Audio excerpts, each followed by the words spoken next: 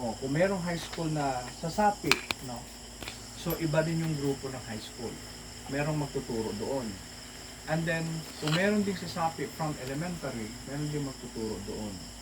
So, kung meron ding sasapi na from, ang tawag natin dito, kung merong college, may mga edad na, first year college, gano'n, or, ang tawag natin dito, grade 11 or grade 12, separate din sila, iba din magtuturo doon.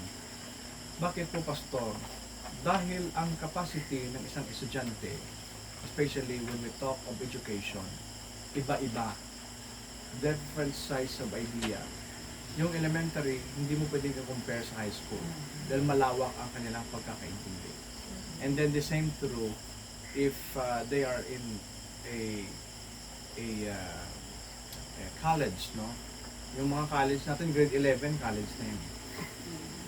Gaya lang sa K-12, kaya nakaseparate yun sila. Pero actually, college na yun. So, i-separate po natin sila. At ano po ba ang ating mga ituturo, mga kapatid? Ang ating ituturo sa kanila, una ay ang kapanganakan ng ating Panginoon Kristo. We want these students first to understand about the birth of Christ. No? Ang kapanganakan ng ating Panginoon Kristo. Isang page lang po ito, kapatid, no? Yes, one page only. As a teacher, you need to read this. Kailangan mo talaga siyang basahin about the birth of Jesus Christ, no? Right, for example, no? Makikita po natin dito, yung text natin is Matthew chapter 1. And then 2, and Luke chapter 1, and then 2. Now, one day about 2,000 years ago, no, an angel named Gabriel. Pastor, this curriculum is not absolute in terms of our comprehension. What I mean is, yung pagkakaintindi ay hindi malalim. Hindi kailangang palaliman ang pagturo. Bakit po? Kasi they are new to the facts na iyong ituturo. So dapat, they can ride with the flow when we talk of lecturing. Alam mo yan dahil ikaw teacher din by profession. Ikaw din, tama? Hindi ka pwedeng magturo ng malalim, dapat mababaw lang para maintindihan niya ang kahulugan ng mga ito. So one day about 2,000 years ago, an angel named Gabriel appeared to a young Jewish woman by the name Mary. Di ba? Kung ikaw, alam mo na yung story, ituturo mo na. Alright. Kung gusto mo pang mag-elaborate, no, kailangan mo pang mag-elaborate. Pero, sa elaboration sometimes, you need not to go out from the context. You need to stay within the context. Kung nagturo ka kay Mary, huwag kang lumukso kay Lazaro. You understand what I'm saying? Don't bring any example. It's because you are in the out of context of your teaching. So there is a name by the name Mary. Ayan. Doon ka lang, pag di mo na alam yung kasunod concerning about the lineage of Mary, huwag mo nang halongkatin. Kasi birth lang ni Christ ang pinag-uusapan, not the lineage. Do you understand what I'm saying? Yes. Yung kasi yung iba, dadalhin pa yung lineage. Alam mo, galing siya noon kay Abraham, papunta ka na dito hanggang dito. Pero pinag-usapan niyang birth lang ni Christ.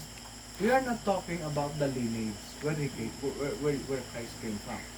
Ito lang yung pagkatao ni Kristo nung pinanganak siya sa isang birhen by the name Mary. Gabriel told Mary that she would have a son by the name Jesus. Bakit ba kailangan pangalan niya Jesus? Dapat alam mo kung anong kahulugan ng pangalan na Jesus. Jesus means Savior. Yun ang kahulugan. Kung nandun ka sa Israel, hindi to Jesus, Yeshua. Alright? Yeshua yung pangalan niya sa Israel. And then, who would the Son of God?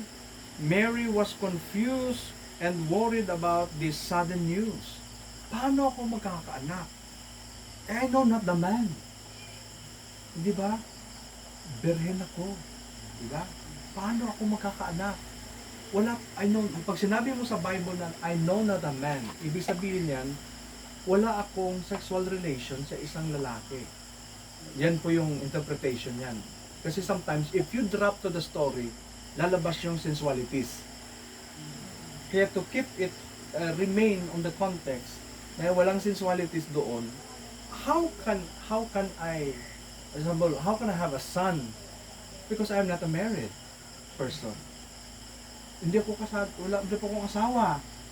Ganun ba? O, yun, etc., etc. Now, she was worried of that, about the sudden news. But she had faith in God and said, I am the Lord's servant. Let it be as you say. So, mangyayari nawa sa akin yan, yung sinasabi mo. That's the reason kay ano. Now, in the journey to Bethlehem, in Bethlehem, doon ipinanganak ang Kristo, ang Panginoong Kristo sa Bethlehem. Kaya, last year when I visited Bethlehem, I go to the house of Jesus. Then we go to the place where Jesus, especially in His birth, Jesus born in a manger. Then we go to that place. Ito pala yung lugar na ipinanganak si Kristo, na siya ay pinahiga doon sa pinapakainan ng mga tupa. Andun pa yung mga anong itsura ng mga kinakainan ng mga tupa. Doon kasi nilalagay yung mga damo. Tapos doon ang kinakaon, doon nagkakaon ang kwan, diyan kumakain yung. Tapos si Kristo diyan lang siya nakahiga, laying in a manger. Yun ang tawag ko doon. And then pagkatapos doon ay hindi siya nagstay doon sa ipinanganak siyang lugar. Bakit po, Pastor? Kasi sa kabila lang yan, I think it is more than nasa 500 or 700 meters lang yung layo nang ipinanganak siya, doon mismo sa bahay na nag-transfer sila at doon sila tumira. Then we go to the house of Jesus after His birth. That where the Magi visited. Mali po yung nasa Belen. Yung Belen, na doon mismo sa pasungan, doon sila nag-offer, andun pa si Kristo sa nakahiga pa doon sa hindi po mali po yun. So, sa bahay talaga, Pastor. Yung Magi or the people came from the east, alright? Sila po ay nag-visit na sa bahay mismo ni Mary and Joseph, na kung saan na sila nakatira sa Bethlehem. Yan. Di, Pastor, ano naman yung Nazareth? Ang Nazareth naman is about the boyhood of Christ. Kailangan alam mo yung distinction ng story. Hindi ka lang basta-basta mag-jump into. Sabi ko, teacher ka di ba? Alam mo si ganito, hindi mo alam mo yung narrative, the continuation of the narrative. Hindi po siya doon mismo, mali yung Belen. Doon po yun siya sa bahay. Alright? Kasi si Kristo po, nung nag-offer ang Magi, remember this si Kristo po ay hindi pa siya bagong tao nung nag-offer. Hindi siya bagong panganak nung dumating yung mga Magi from the east. You understand what I'm saying? Then, nakatransfer na sila ng bahay. Then, we go to the house of Jesus and Mary in Bethlehem where they stayed. Para ma-fulfill ang prophecy concerning about Bethlehem means the house of bread. Pag sinabi mong Bethlehem, Beth means house. Alright? It is also concise with Bethlehem means the word house of bread. That's why Christ called, ang tawag sa kanya, the living bread or the bread of life. May mga ano yan may mga ano siya, may connected word yun doon kay Christ. Yan. Kaya dapat po maano natin yon. Bakit po, Pastor? Kaya nga ako na ano din ako noon na ano din ba sa birth ni Christ Yung pinag-usapan, ganun talaga yung paniniwala ko. Kasi yung professor namin, he was a Jewish scholar from Jerusalem University. So we are studying under him the archaeological studies concerning about Christ. Kasi yung pagpunta namin doon sa Israel is pag-aaral talaga, hindi lang yung just tour group. Just we go there for Bible exploration. So, makita natin, so it be na mangyari sa atin. Sa akin, sabi niya. So Mary and her husband, Joseph, lived in a town called Nazareth. Pagkatapos doon sa Bethlehem, then they go to Nazareth. They go to Nazareth. Kaya tatawagin siyang Nazarite. Okay? And then, but they had to travel to the city of Bethlehem to what? Register a census ordered by the Roman Emperor Augustus Caesar. Sa English, Caesar. Pero actually po sa Jerusalem ka, Caesar. Yung pag-pronounce nun. Caesar Augustus or Caesar Augustus. Both Nazareth and Bethlehem are in the country now called Israel. Yan po yung ano nila. Now it about 65 miles. 65 miles is equivalent to 105 kilometers. Yung layo nitong dalawa. Pwede lang lakarin. From Nazareth to Bethlehem. And then trip probably took themselves several days. Kasi noon wala pang transportation. So kami sa geographical study namin, merong bus. Kaya 105 kilometers, hindi malayo. Okay, lapit lang. Pero ngayon, yung sinasakyan nila noon ay kamilyo. Kamilyo yung sinasakyan nila. And then Joseph and Mary got to Bethlehem. There was no place for them to stay because the inn was already full. They ended up spending night in stable, a place where animals were kept. Ito na yung oras ng kapanganakan ng Panginoong Kristo. Nung ipinanganak ng ating Panginoon. He was born, yung tawag natin doon, born in a manger. And then, there was probably fresh hay. Ano yung hay? Dahon-dahon, matagami, yung kinakain ng mga okay, ng mga kinakain ng oxen, okay, ng mga asno. Tapos sabihin mo sa mga bata, tinuturuan mo, okay, yung kinakain ng mga baka. Sino kita baka? Karabaw. May karabaw ba doon? Wala. Oxens. Yung sa kanila, sa Israel ay more on oxens. Okay. And then sheeps. Okay. And then only on the floor that they use for beds. Akalain mo hinigaan ng Panginoon sa Kristo. Di ba? Hay. Di ba? Mabuti nga kayo, pinanganak kayo. Sino ang pinanganak sa hospital? Tandaan natin ha, 1.5 hour ang ating schedule. Kaya ubusin mo talaga to. Pastor, 45 minutes pa lang, 35 pa lang. Hindi, tapusin mo talaga. Kaya kailangan ikutin mo ito. You need to go to this journey. As far, mas hanggat maabot mo yung oras na yon. Siguro magtuturo ka possible in 1 hour the story to finish. You can. Kasi papakantahin mo pa naman sila eh. May mga assistant ka naman kasama eh. Hindi po ba? May mga assistant ka man, diba? Kakanta. Kaya meron tayong 3 gitara. Sinong marunong mag-gitara? Si Joy. Si Joy, okay. Si Ate Joy. Iramin muna natin yung gitara. Pastor, no?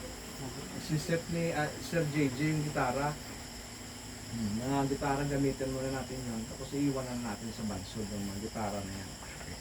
Tapos itong ating yung audio. Okay. And then after that, mga kapatid, the manger probably had fresh hay and it had made and a nice bed for the baby. Possible it is dry. There are some scholars says that it is dry. Kasi pag dry, masarap higaan. Pag fresh, malamig. Damo gilok. Di ba? Makati. Possible, nilagyan naman, meron naman silang possible na parang ang tawag nila doon ay mayroon namang tela kasi noon na ginagamit sila sa mga dress. Ano yon? Most of the time they use linen. Linen. Ginagamit nila yung linen. Yun most of the time makikita mo linen yan. Possible ginagamit yan na damit. Ginagamit nila yung damit. Susuot-suot nila yan. Pwede naman yan gagamitin. Bari ni Joseph yung damit niya. Tapos, yung pahigaan sa anak niya. Yun ang naman yung mga ano naman. Maraming mga arguments, theologians, and great theologians, great theologians, and the best theologians, na si Kristo daw ay hindi pinanganak December. Kaya nag-aaway-aaway mga Baptist niyan. Hindi kami niniwala sa Christmas. Hindi nga sila niniwala sa Christmas, pero may Christmas party. Diba? Hindi niniwala sa Christmas, pero may Christmas bonus. Diba? Muntik na kami makasuntukan noon ng kaibigan ng Jehovah's Witness. Hindi niniwala sa Pasko, kaya huwag ka maglinyad dan kukuha ng bonus ha. Christmas bonus. Ayaw maniwala sa Christmas. But anyway, it doesn't matter about those small scale projects. Huwag ganun doon. Because when I was in Bethlehem, there is a cave that the angel appeared. Just only walking this a distance. Ang layo ng cave, especially to the place where the angel Gabriel appeared with heavenly host, and together with the heavenly host appeared. Ang kalayo niya, ito lang at saka yung daan doon sa cave. So we go to the cave. Ang cave na yan, that is more than 2,000 years na cave. Nung nandun kami sa loob ng cave, tinignan namin. Talaga bang si Kristo pinanganak summer sa inyo? No. Kasi cold yun. Cold. Pinanganak ba si Kristo December o Malamig lang na weather. Wala naman Wala nakalagay. naman. napag-aralan niyo ba Wala yan? naman nakalagay na. Pero wala namang specific na date na sinabi tsaka ano yung month eh. Oo. Walang specific date, walang specific month. Opo. Okay? Pero No specific we are date cold. and no specific month. Only the weather. Only the weather. That's why it was celebrated by the RCC. The Roman December Catholic kasi yun ang Church. kasagsagan ng winter. Oh. Kasi that is a solstice practice. Diba? Kaya inano Westernian culture of practice. Asian. So ngayon, dahil sa ganun yung kapatid, now, marami ka namang pupuntahan yan. O, anong kalendar ang ginagamit during the time of Christ? Yan naman ang pupuntahan natin, gugulo-gulo naman tayo dyan. Oo. O, diba? O, tapos, sasakit naman yung ulo mo. Gregorian calendar. Bakit? Si Gregory ba nandun na sa panahon ni Kristo? Roman, empire noon. At sasabihin mo naman, Egyptian calendar. Anong Egyptian calendar? Malay ancient na sila. Malayo pa. Kaya gagamitin naman natin yung Nisan calendar, yung kalendaryo ng Israel. Pupunta naman tayo. Doon naman magme-measure naman tayo ng mga month of April. According to their activities, ganito, ganyan, mag-aaway lang tayo doon, di ba? There is no such thing as specific date. Tapos, aawayan tayo ng Soriano. Sabihin niya, itong mga Baptist na to, mga tanga talaga to. Walang alam sa Biblia. Tama yun. Wala kayong alam sa Biblia. Saan kayo nakakita na yung mga ships ay nasa labas sa winter? Walang ship sa labas sa winter. Ang sabi ng Jewish scholar, during the time, ang panahon ay paiba-iba. Oo. Sometimes, Kahit ngayon. there is what we call late in winter. Oo. Kahit And sometimes, ipa-iba-iba ang situation ng panahon. But, sa atin ngayon, sa klase natin, we need not to touch the panahon. the winter. Ang atin lang ay si Kristo ipinanganak. He was in a manger. Diba? He was in a manger. And then, hindi ba pwede na sa araw ng tanglamig, ang mga sheep ay nasa labas? Sa labas pwede. Pastor. Sa UK nga, nasa labas sila. Pwede ba? Oo. So, mali si Soriano. Makapal yung balahibo Kasi gusto nila eh. nila, Ganun, no? makapal na ibon ng ano. But the fact is, ganito yun mga kapatid. We need not to go there because a lot of debate. But the fact for us to drive the message, what we're going to do, we need to tell the children that Jesus Christ was born in a manger.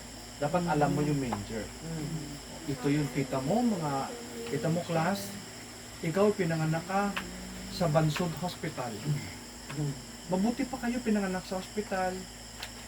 Pero si Jesus, you know what happened to Jesus? You need to give the heart of Christ to them. That they might feel the love of Christ. That Jesus Christ came 2,000 years ago. Oh.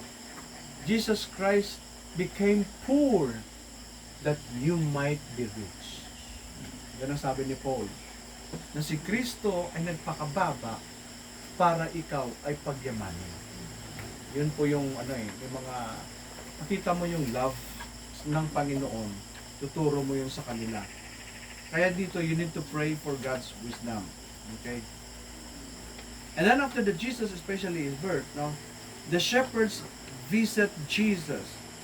Alright? That night, some of the shepherds were in the fields near Bethlehem, keeping watch over the flocks of the sheep.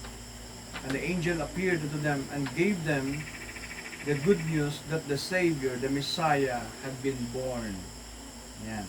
And the angel told the shepherds that they could find, Jesus lying in a manger. Suddenly, the whole group of angels appeared, saying, saan yun? 500 meters away from the place where Gabriel announced. Kaya nung nandun ako sa na-experience ko nung nandun ako sa Bethlehem, tumingala talaga ako sa langit. The heavenly host appeared in this place. Kaya yung kasama kong Pilipino din na pastor, nangindig balahibon. Pastor, mag-pray tayo. Aba, ang banal nila agad. Pray tayo, pastor. Grabe, if you are there in the place, a lot of excitement in your heart. And the angel appeared. Glory to God in the highest, and on the earth, peace, goodwill toward men. Why peace? We have peace with God through our Lord Jesus Christ. Why? Because man is an enemy with God because of sin. But since Jesus Christ came, we have peace with God. You know why? Because Christ is the peace of God to man. Without Christ, there's no peace. Because we have an enmity, and we are the enemy of God because of our sin. That's why, yung mga wala kay Kristo, the wrath of God abideth on them. The wrath of God, alam mo, doon mo na isasabihin sa mga bata o sa estudyante, alam mo, pag wala ka kay Kristo, ang matinding galit ng Diyos sa'yo ay nasa iyo. Bakit? Sapagkat wala si Jesus sa'yo. Alam mo yung sino lang titingnan ng Panginoon? Yung righteousness ba? Kasi mahirap. Medyo malalim to sa mga bata ang righteousness of God eh. Oh. Kasi yung righteousness of God, maintindihan to ng mga mature mats in their Kasi ang ating righteousness, hindi ito tanggap sa Diyos.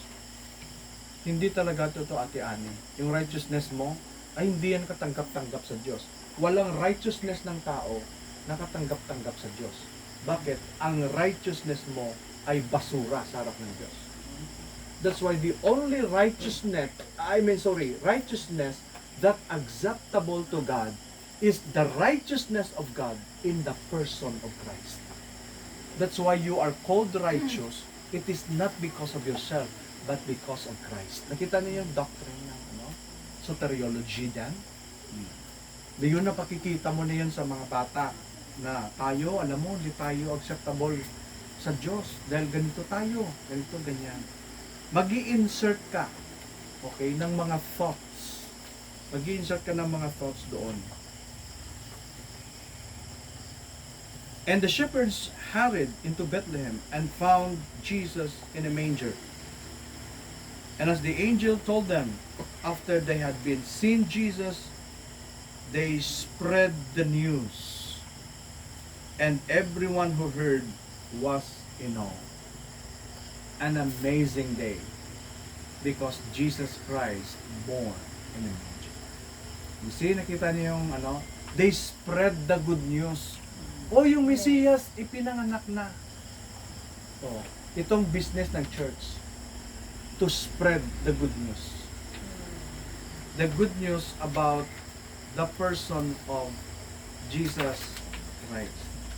Now, ito naman yung second to the last is the wise men visit Jesus. Ito na yung mga wise men. Sometime later, wise men or the magi from eastern, alright, countries saw the star in the sky. Tawag nila dito the Star of David. The Star of David. Dito pala nakatuon yung star. Kung tingnan mo yung bahay ni Mary and the Lord Jesus Christ and Joseph where they stayed in Bethlehem, titingnan mo ang star. Tumingala ka lang, dyan pala ang star. Kita mo kahit araw, grabe yung imagination ko. Gumaganyan ako, dyan pala yung star. Kasi itong bahay, yun ang star. Hello, star. Pero walang star dyan. Gumaganon ako. Grabe yung imagination ko ba when I was there in Bethlehem. You imagine. Kaya in-encourage ko kayo, pag may pera kayo, punta kayo doon. Mas maganda sama-sama tayo. Doon tayo Kaya step. niyo yan. Kaya niyo yan. Ayun na yan, doon kayo mag-step. And then, they came to Judea, the region around Jerusalem and Bethlehem, to worship Makakuha ka na. Jesus, the new King. Now, ito na. Ituturo sa mga bata, makinig mabuti, ang pagpunta sa simbahan at pagsamba. Alam mo ba kung bakit ang mga wise men, ang mga magi from the east, alam mo ba kung bakit sila pumunta doon sa bahay ni Jesus? To worship. The king. To bring forth the myrrh, the frankincense. Okay?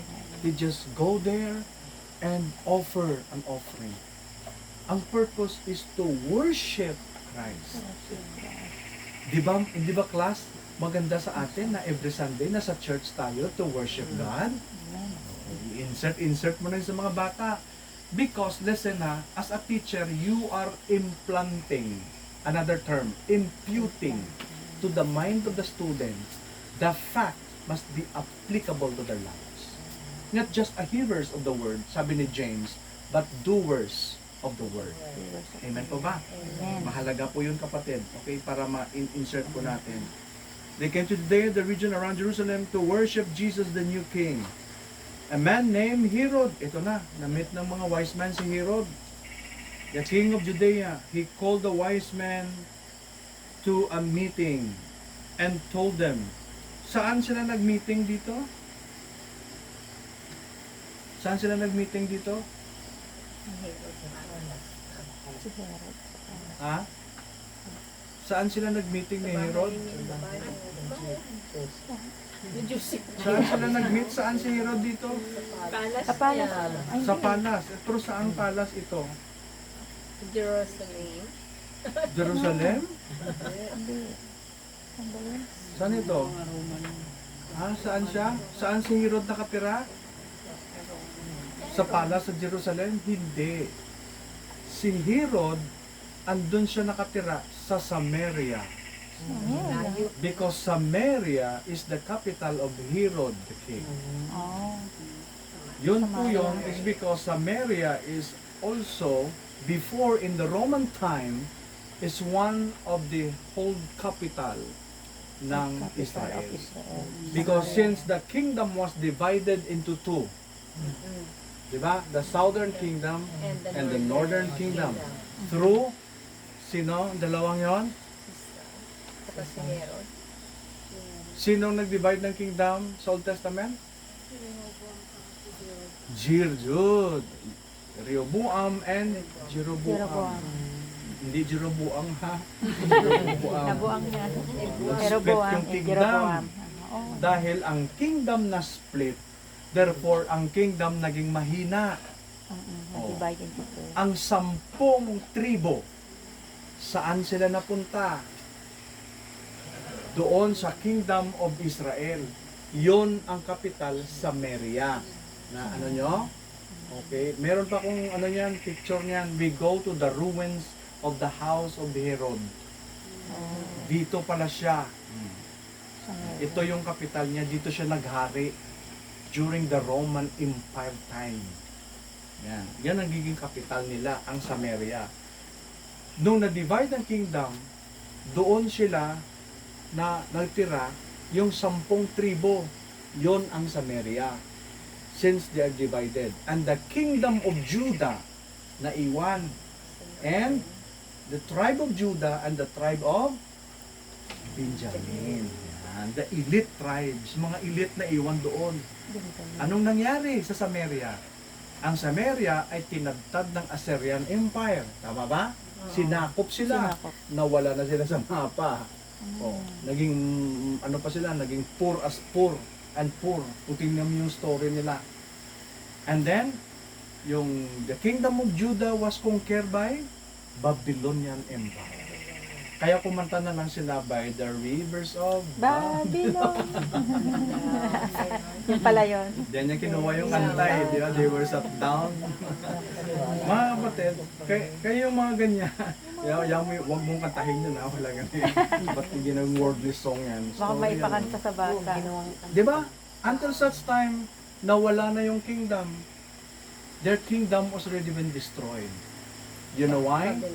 Because of what God said in the book of Deuteronomy, it is prophesied by the Lord. Ang sabi ng Panginoon, if you disobey me, the kingdom will captive you. Your kingdom will be destroyed. Kaya napanas ang ilang ang ilang nasyon sa mapa. Wala na sila. They scattered abroad anywhere. During 1900s na lang sila nabuo as a nation to fulfill the prophecy concerning about the coming of Jesus Christ.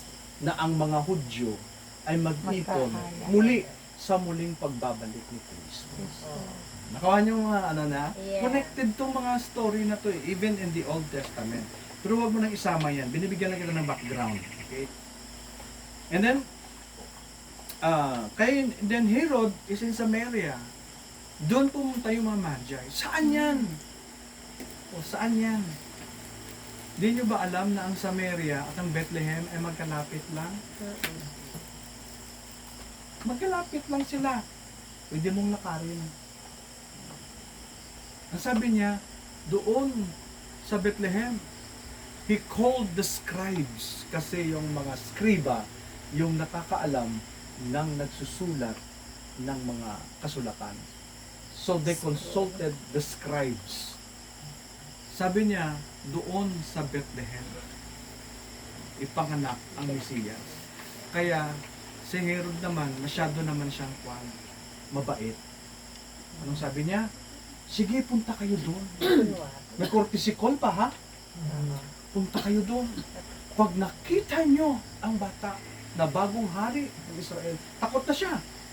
Bakit? Dahil mayroong bagong hari na ng mga Hudyo. Because Israel was a Jewish nation. Naarais yung bagong hari. O, anong mangyari sa kanya?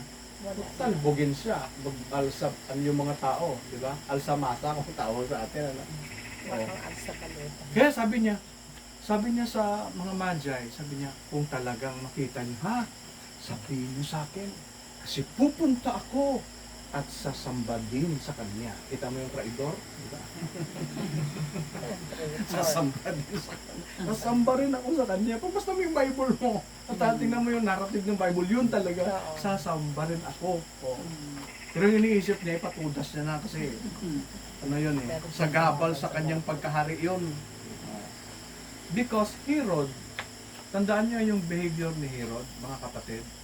Si Herodes, masyado siyang ambitious. Kung bakit gusto niya na ang Samaria ay magiging kapital at magiging katulad na makapangyarihang Roma. Bakit? Kasi si Herod pumunta siya ng Rome. Nung nakita niya ang Rome, sabi niya, the splendor of Rome. I want the splendor of Rome to happen in Samaria. Yan ang history noon. Di ba? O, yung lugar ngayon ng Samaria, andun din sa likod niyan, nang itinayo na Rome, makita mo yung ruins ngayon ni Herod, ang likod niya, na kabila niyan, pwedeng lakarin. Parang ganito lang hanggang church. Anong likod niyan? Yan ang kingdom ni Ahab at ni Jezebel. Andun pa yung ruins nila. Kaya pagdating ko doon sa kingdom ni Jezebel at ni Ahab, sumigaw ako, Jezebel! Where are you? Sabi ng kasama kong Australiano, hey, why you're shouting there? I'm looking for Jezebel. Because she's beautiful, you know. Hindi ko, doon ko sabi ko, about to reveal ito pala. Sabi ko, Lord, grabe itong mga ancient history na to. Kaya doon sa kabila, nagpatayo siya ng sarili niyang because he want to be like a king of Rome that builded a splendor of Rome. Dahil yun yung mangyari sa kanya. Kaya lang, hindi natuloy. Because if you want to take glory, God is not pleased. There is only one worthy for glory, and that's God, not us. Diba? Ayaw kasi ni Lord, kung si Isaiah pa, ayaw ibigay ni Lord ang glory niya kahit kanino man. Kaya, makikita mo, mag-worship din ako sa kanya. They found Mary, Jesus in the house, knelt down and worship Him. They brought Jesus the gifts. What is the gift? The gold, the frankincense, the myrrh, okay? And some, the finest things during the ancient world. The frankincense was burned to make a sweet smell. And the myrrh was an expensive perfume. Ang myrrh perfume to ha? Hindi to metal. Ito myrrh, hindi yan. Ano yan? Okay? Yung frankincense naman, it is as an object na kung saan you're going to burn it, lalabas yung niya. Yung uso. Yung ginaganyan nila, di ba? Yun ang sinusunod din ng mga pare. Siculara, Sicoloro, Spiritanti. Di ba? Yung ginagawa din nila. Espiritu Santo. By the way, mga kapatid, no, gusto ko lang sa kaalaman ninyo, sa Biblia, ang Holy Spirit, mag-ingat tayo sa mga translation ng Bible, is not Espiritu Santo. Are you with me? Yeah. I will give you a slight of understanding about the doctrine of pneumatology. What is pneumatology? The doctrine of the Spirit and the doctrine of the Holy Spirit. Remember this, kapatid. Holy Spirit is not balaan nga Espiritu Santo. Sa mga Ilonggo, bakit? Dahil ang banal na Espiritu ay hindi santo. You must have the distinction of the doctrine, because the saints are the people who get saved, sanctified by God. Saints are sinners saved by the grace of God. The Holy Spirit is not like that. So therefore, sa King James Version, anong tawag? Holy Ghost. Holy Ghost or Holy Holy Spirit. Spirit. But it was translated by the Roman Catholic Church, Espiritu Santo. Hindi po ganun. Amen pa ba? Okay, at least may kayo, golden nuggets kayo. Di ba, Pastor Jay? Di ba? Oh, kaya sa church niya, pagbasa mo ng Ilonggo, huwag basahin yung Espiritu Santo. Baka kung ano-ano yung basahin mo doon, ha? After visiting, the wise men had dreamed and warned them not to go back to Herod. So they took a different route to home. Then, gumawa sila ng isang ruta. Oh, kasi, si Herodes, traidor. Itong mga wise men, magta-traidor din sa kanya. Oh, what you sow, you reap. Pareho lang I'm yan. just kidding, mga Ano lang kapatid. naman is, Alright, ganyan ha, alam okay. na nila. Then, journey to Egypt. Bakit? Dahil naggalit si Herodes. Patayin This is yung also a lahat, no? prophecy about the Rama. The prophecy concerning about the Rama, that the babies is going to be destroyed and killed. Okay. What is that? The prophecy concerning about Raquel. Ipakay mo assist na yung ganun. Okay. King Herod lied when he told the wise men and wanted to worship Jesus, was afraid to the new king, was replaced as a king of Judea. And is not understanding Jesus would grow to be the king, God's spiritual kingdom, not the king of Judea. What Herod really wanted was to find Jesus to kill him. Herod was furious, and he realized that the wise men had not come back to tell him where to find Jesus, or to find Jesus. He sent his soldiers to Bethlehem to kill the children under 2 years old. Lahat ng mga bata, o kita mo, kiring mabuti ha, Lalaki. okay? Si Kristo nung nag-offer ang mga magi, around 2 years old na, 1 year old or 2 years old na. And then, not a baby. As what the na pinapakita sa atin ng ating mga Belen pag Christmas time. Holy Family. O ano? Holy Family. Holy Family. Okay. Sabi ni Ate Ani, Holy Family. Okay. Hindi, pero dati naman ang inaano nila doon yung mga pastor, hindi yung wise men eh. Pero ngayon parang mga wise men. Wise men na ang binibigyan. Kasi what the Bible says. Oh, dati kasi yun na yung Because- pastor. Yung Oo. Mga Kasi pastor lang. they use, nag-worship doon sa baby, that sila okay. Pero ngayon parang Dinagdagan na inano ng nila wise yung men. Mga, may Tatlong promise hari. to yung wise king niya. Oo, Oh, tatlong hari. kaya may Pero three dati- kings. pero dati Wise men talaga- lang po yun. oo. Pero dati talaga ano rin yung pastor. Ah, Shepherd. Kasi iba-ibang ano ito, ating kapitan, kasi iba-iba ang ating translation ng Bible.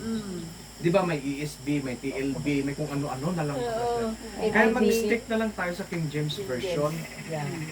Yun ang pinakamalapit sa textus receptus. Napunta pa tayo sa bibliology. Huwag na tayo doon. Maghahanta di karon to be killed under 2 years old, thinking that Jesus would certainly one of once killed. Kaya inisip ni Herod, wala na si Jesus. Patay na, kasi pinapatay yun. But God told Joseph in a dream to flee, where? To Egypt. Stay to Egypt. To Egypt. Kaya meron itong prophecy kay Hosea that the son will fly to Egypt. Merong prophecy yan eh. Joseph took Mary and Jesus to live in Egypt where they would be safe from Herod. Joseph, Mary, and Jesus stayed in Egypt until Herod had died. Hanggat namatay na si Herodes, kaya they returned to Nazareth. That's why Jesus called the Nazareth. Nazareth. Yung Nazareth. Iba yung bahay naman nila doon. Kasi parang ano din sila eh, nomad din sila eh. Iba-iba yung lugar nila eh. TNT. Oh. NPA. And then they go to Nazareth and praise the Lord mga kapatid. Umiyak na naman ako doon ulit. Wala, iyak-iyak ako sa Israel.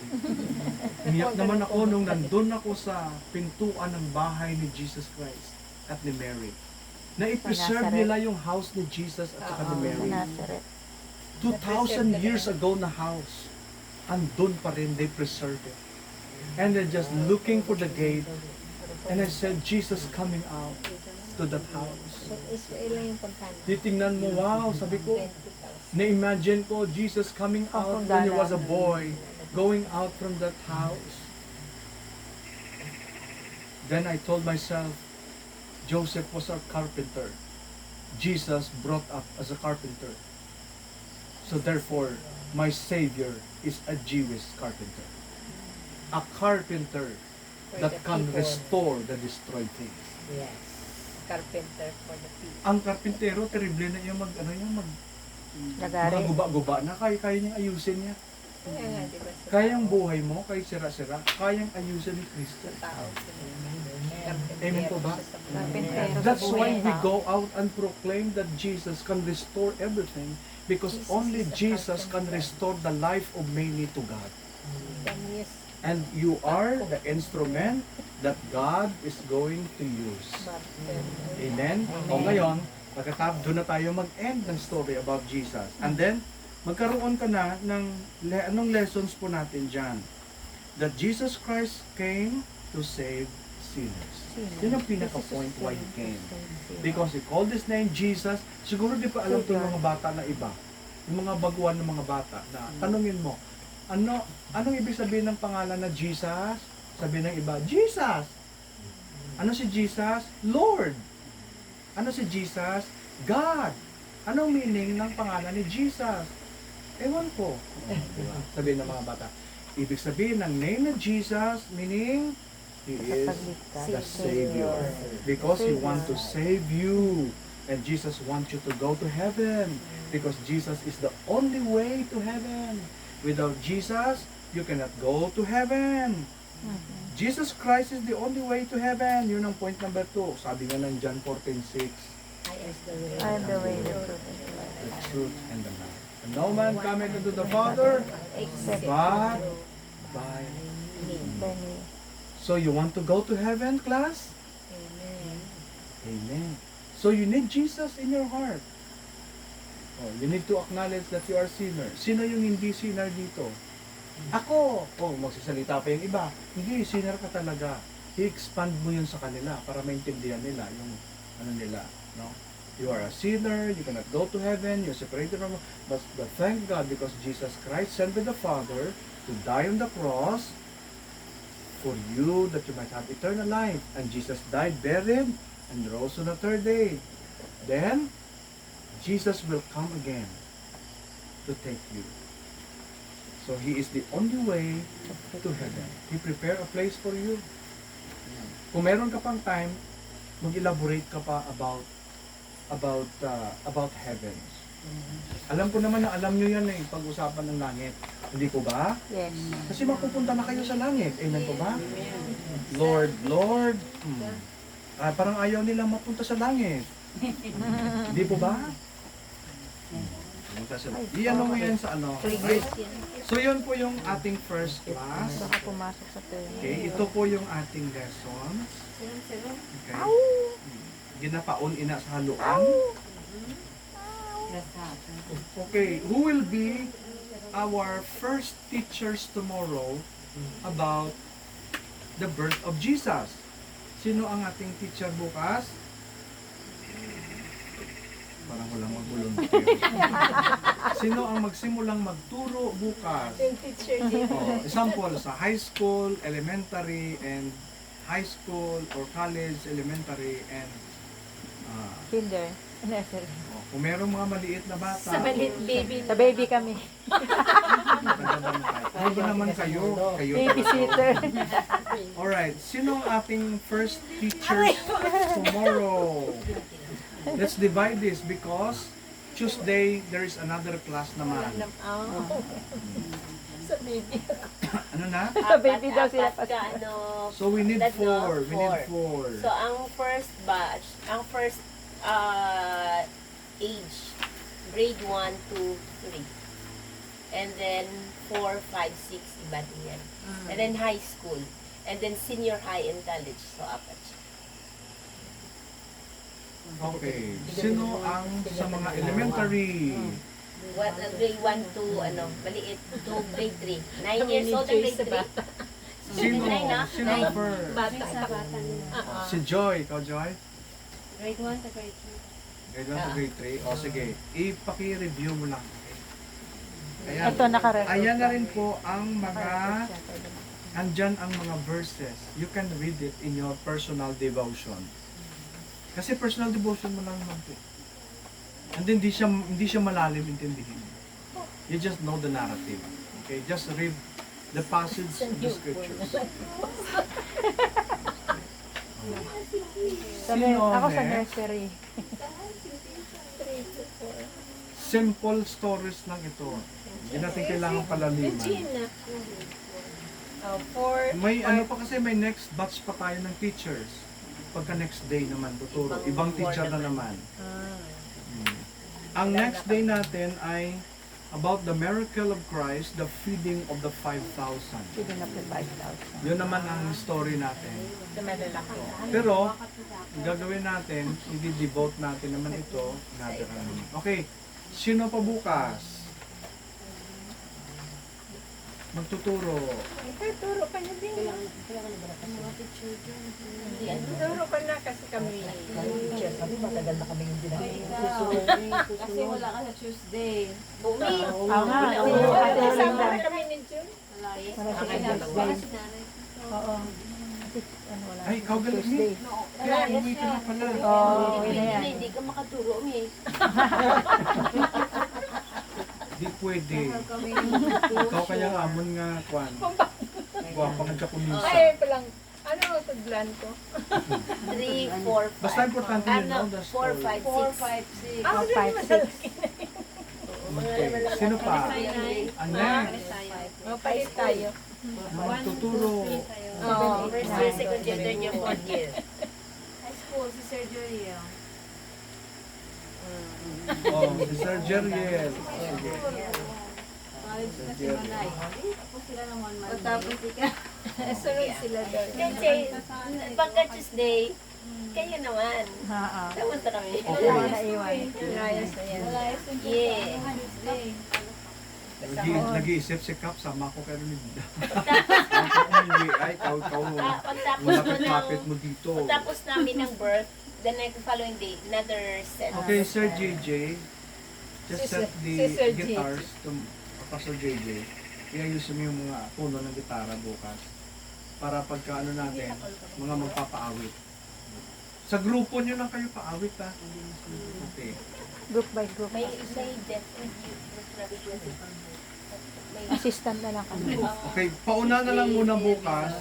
Kasi meron tayong mga awit and then last, na death and ano talaga. Di yun, naalala nyo ba? death burial.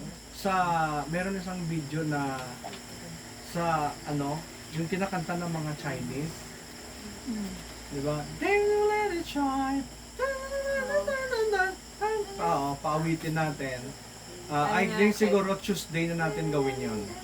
Naawit silang lahat buo. Parang nag-exercise sila ba? Lahat. Paawitin. Bago mag-start. Then i-divide natin sila. Pero, okay. Nasa ano yan eh, nasa copy namin yan. So we will present it tomorrow today.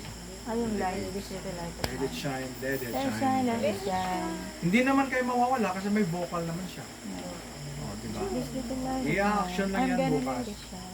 Oh, si Sir Jeriel, mag-dancing practice pa yan bukas. Let it shine, let it shine, let it shine. Five? Okay?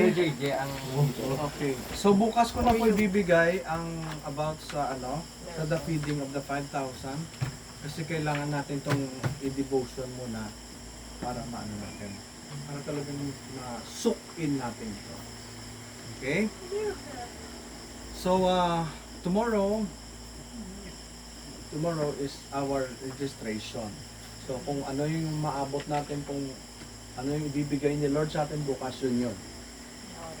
Amen po ba? Amen. Always remember, everything is in God's act, not in our mind. Don't bring things in your mind, but let the Lord do things here.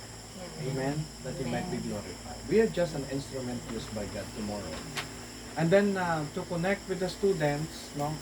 Tingnan natin kung ano yung ano natin. Possible may mga changes dito sa ano. I-analyze natin bukas what will happen tomorrow kasi binabantayan natin yung hapon baka uulan. Yun na. Tinitingnan din naman natin na pag or tayo naman if we're going to take the class in the morning, we can take the visit in the afternoon. Doon yung gagawin natin eh. Di po ba? Listen, to take the visit in the afternoon and to take also announcement to the public that we have film showing on that 6. Di po ba? Kaya kung may feeding program tayo, possible, kung i-fix natin lahat yan bukas, no? Kasi ng umaga, bukas umaga simulan natin. Pag nandun yung mga estudyante, simulan natin agad. Tapos magkakaroon na tayo ng adjustment. Oo. So while discussing, while having the class, so doon tayo magpe-pray for the finality of everything. Kung umaga na lang ba sila babalik, and then hapon na tayo magbibisit. So, kasi ano, sa hapon, pastor eh. So our target now is, pangalawa, last day before we go in prayer, our target is we must have the list, the people that we are going to acquaint with. Kasi dito magkakaroon tayo ng acquaintance. Example, this is the house of the student. We come into the house of the student and visit the house. Right? For example, if they are believers, it doesn't matter. Just pray for them. Okay. Encourage them. Kung ganon, right? And pray for them and pray for your church. And then if they are part of the family who are not yet saved, proclaim the gospel. If somebody will accept Christ, then take the name. Gathered all the names who receive Christ as the Lord and Savior. Because we must have the file. Because all the files na meron tayo, those who accept Christ, whether it be the unbelievers, or there are some people that not known to the church, then we will give it to Pastor Gary. All our results in evangelism, we will give it to Pastor Gary. Because Pastor Gary will pray for those souls. That the Lord will lead these people to come to the church. Or to visit them. Wow. Amen po ba? Amen. So dapat meron din tayo mga ballpen. May ballpen kayo? Yes. Mga ballpen tayo. Then just a little bit paper. Then you're going to write the name. Or yes. Then before we leave, we're going to count the number of people who accept Christ as the Lord and Savior. And then we have an hectic activity is because we have our evangelism activity. Ang tawag natin dito ay saturation team. Saturation team. In other words, this is a work of penetration. Magpipenetrate talaga tayo. Okay? We need to go to 2 by 2. Dalawa-dalawa. Because the Bible is they go 2 by 2. Diba? 2 by 2 tayo. So kung merong member from Pastor Gary's member na sasama sa atin, mas better. Para hindi tayo matakot sa aso. Hindi naman kasi yung aso. aso. Para meron tayong basta kakilala sila, di ba? Saan to si sampol yung pangalan niya si Bogrong, di ba? Saan yung bahay mo, Bogrong? Minsan tuturo ni Bogrong yung bahay niya, 5 kilometro. Lapit lang. Sabi niya doon, lapit lang yun pala. Pag gumanyan si Bogrong, Alam mo sabi, na yun. tapos na. Layo yan. But anyway, that's what we're going to do. Whether it be yung bahay niya, doon sa sulok ng ilog, dito ba? Alright, ang sulok ng ganyan. If you have your cell phone, just take the file.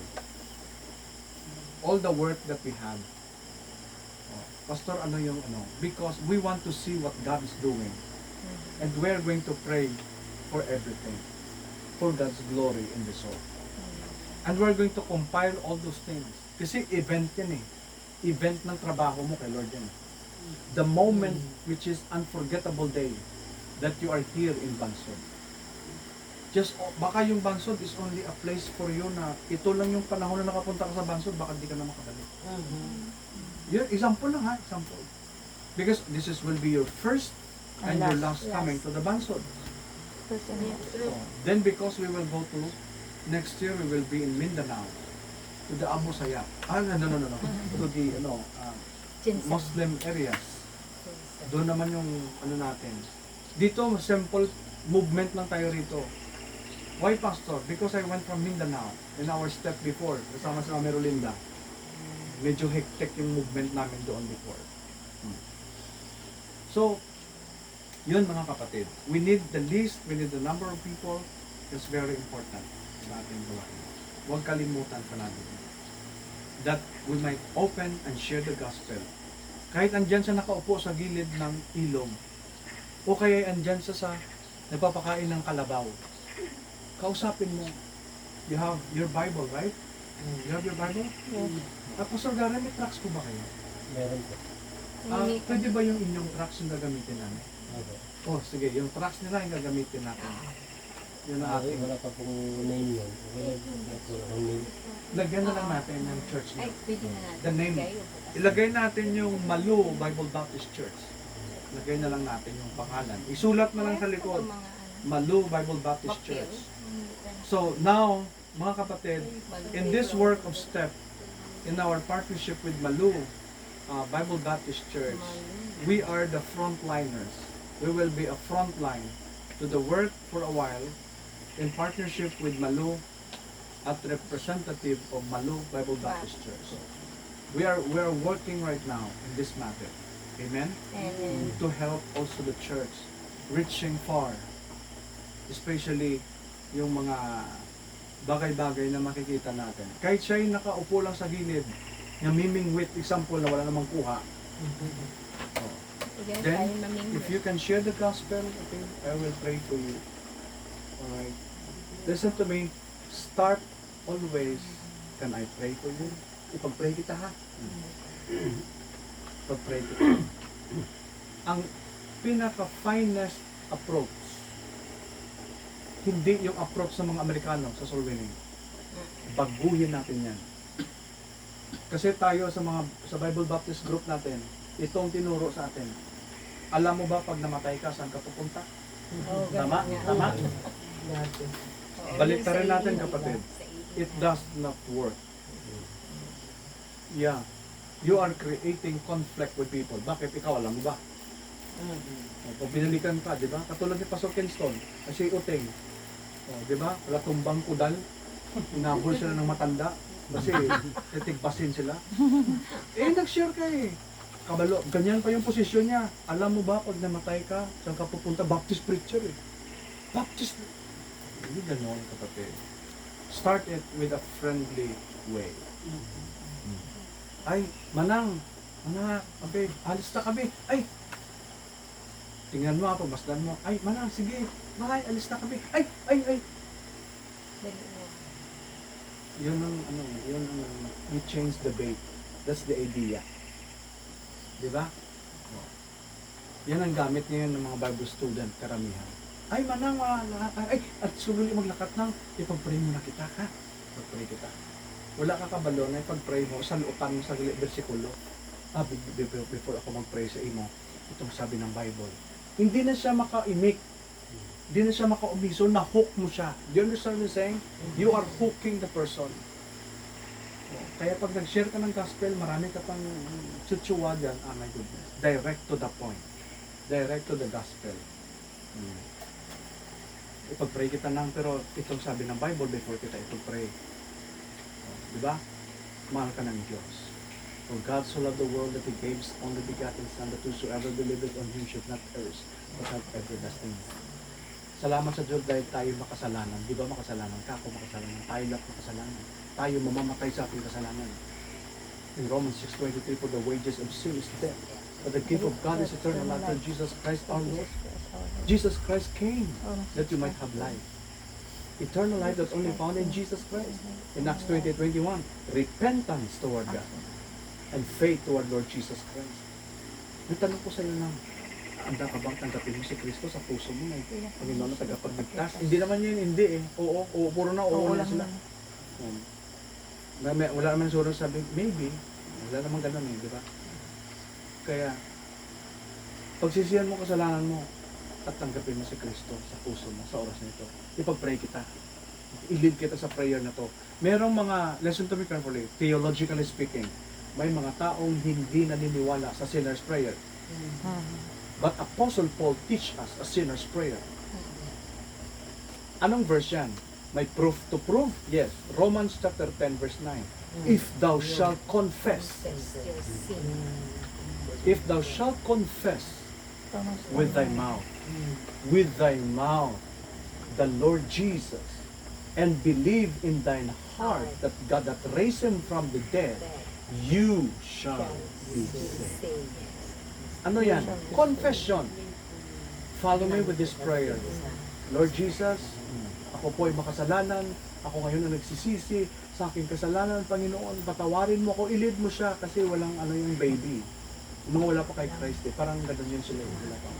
Then after leading these people, then salamat dahil tinanggap po si Kristo. Marami, ay, ano palang pangalan mo, Manang?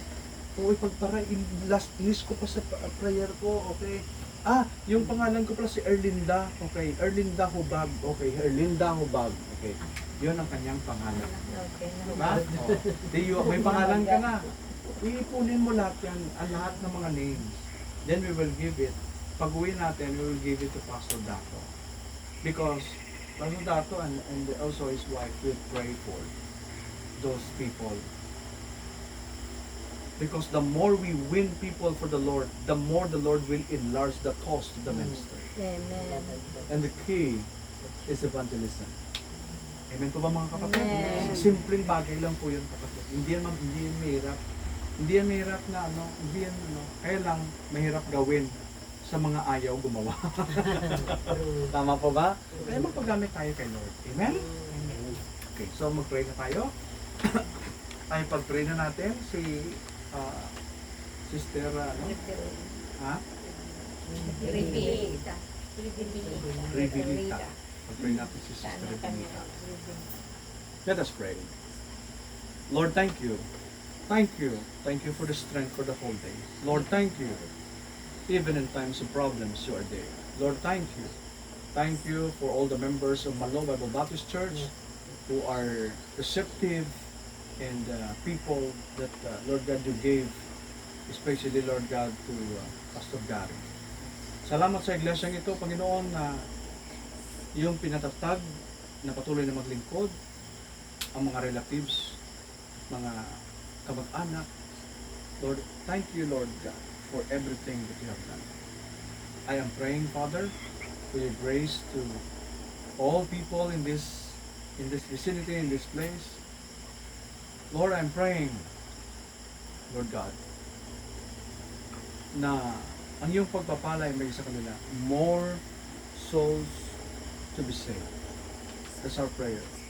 We pray for more students to come, Lord God, and that they might listen and hear the gospel from the Lord Jesus Christ through the message of the gospel.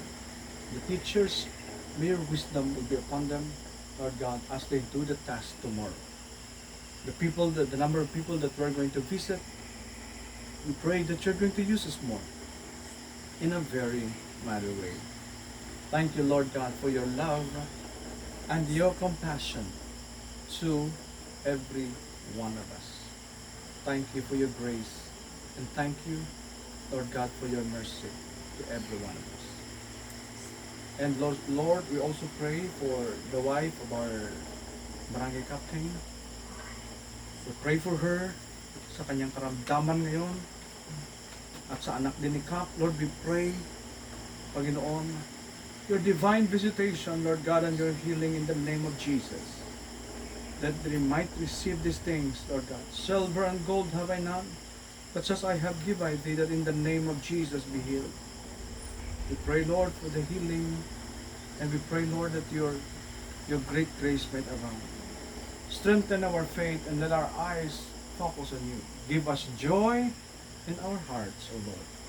As we prepare our work tomorrow, we give you back the glory, the praise, and all our thanksgiving to you. In Jesus' name I pray. Amen. Amen. Amen. At muli po, mapagpalang gabi. Good evening.